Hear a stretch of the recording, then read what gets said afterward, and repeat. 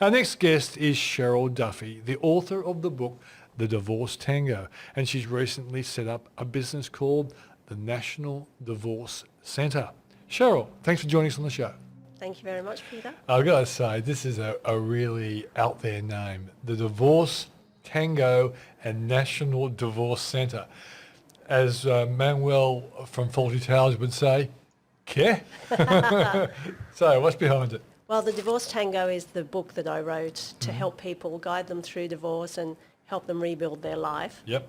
And then the Divorce Centre was basically pulling together a national team of lawyers, mediators, financial planners, psychologists and divorce coaches to be able to help people through the whole end-to-end process of divorce, just as a one-stop shop to help people through, because it's a very traumatic time. Yeah, and I guess the bottom line is, why does it need to be all in one area? Is it from personal experience? You know how hard and how anguish creating it is?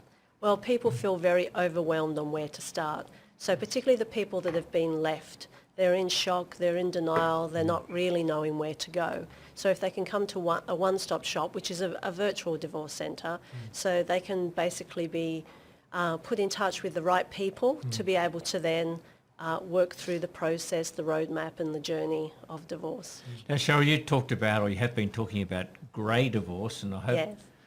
I hope you're not looking at me at that category yet, but tell us about grey divorce, and I think grey divorce is also on the rise. So what's this phenomenon of grey divorce? Why is it on the rise, and what can people do about it, if anything? Okay, well, for the past 25 years, grey divorce has doubled. So the reasons behind that are threefold.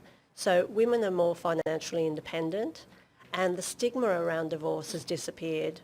And we also have better health and longer life expectancy.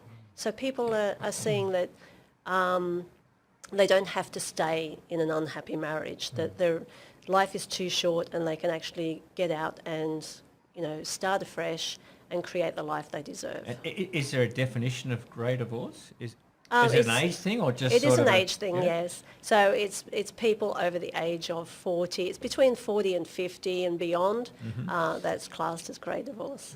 And is that, do you think, also with people living longer, expectations have changed? Maybe do people just get sort of maybe bored with each other? Is that one of the things that the kids grow up, leave home, and then Absolutely. question marks about what happens next? Is that?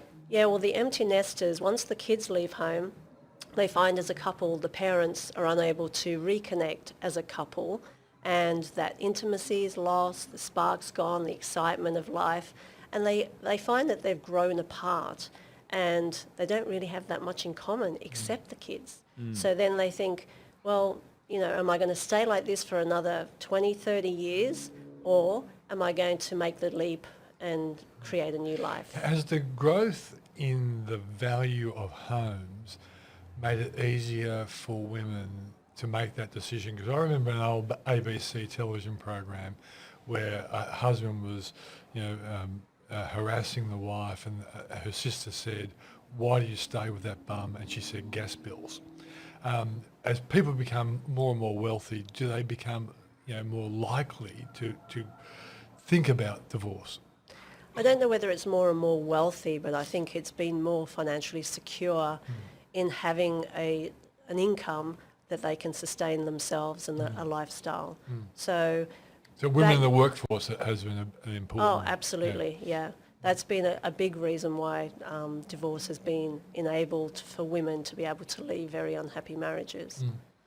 So the financial impacts of divorce can be pretty significant, and we've heard a lot, or we know a lot about examples of people with kids. But let's go to sort of the grey divorcee market.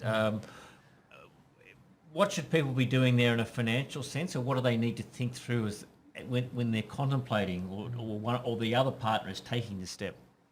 Well, basically, they need to make sure that they're well aware of what assets, what income is in the family, and be able to look at superannuations, all the different things that make up the family wealth, the family estate, and then be able to work together to negotiate what that split should be.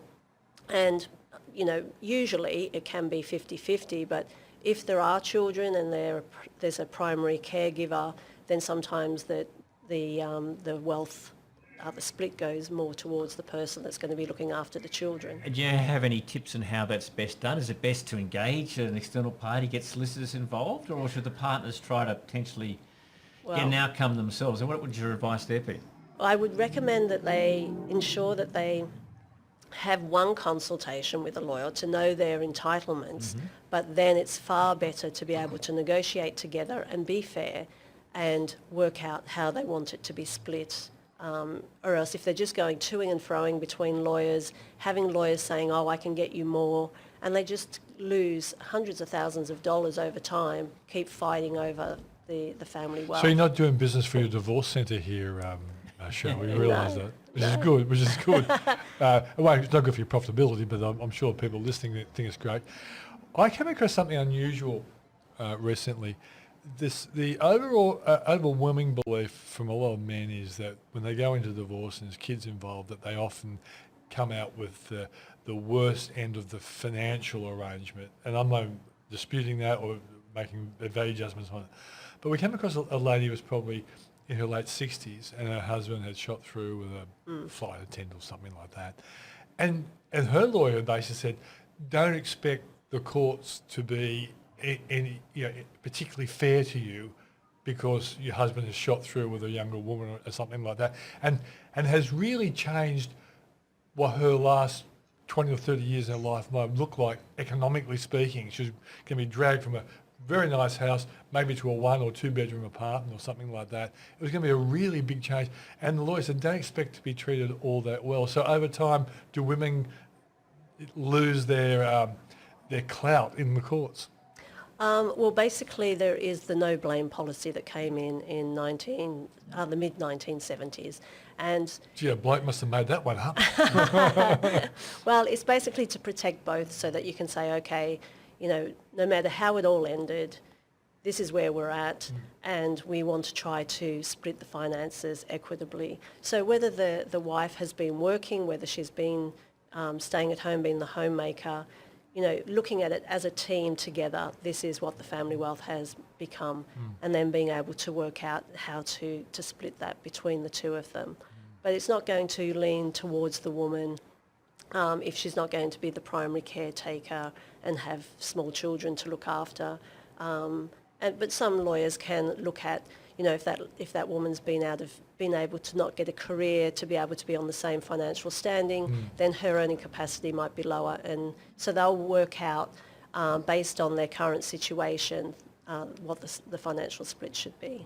And is this business of yours primarily online, and then you link people up to real people, either online or face-to-face if need be? Well, it's a virtual centre, so people will either call in and we'll have Zoom sessions using the technology, so you can see each other, and as a divorce coach I help them through the process, and then when they need to be engaging with lawyers, mediators or financial planners, then they're able to basically engage with the right person at the right time, instead of engaging with a lawyer that they've just got off Google, going in there and sort of spilling out all of their emotional grief, and the meter's just running. They're far better off to be able to be helped through the emotional support by a divorce coach, and then be able to be just going to the legal team for the help for the legal side of it. I'm sure some people will be thinking, what do you pay for a divorce coach? Is it a percentage thing or No. It's generally around $150 an hour. Yeah, so an hourly rate. So of course the more complicated you are,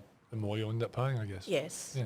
Well, it depends on how long you need. So how long you need that emotional support for. Yeah. So a divorce coach can prepare you for divorce. Yeah.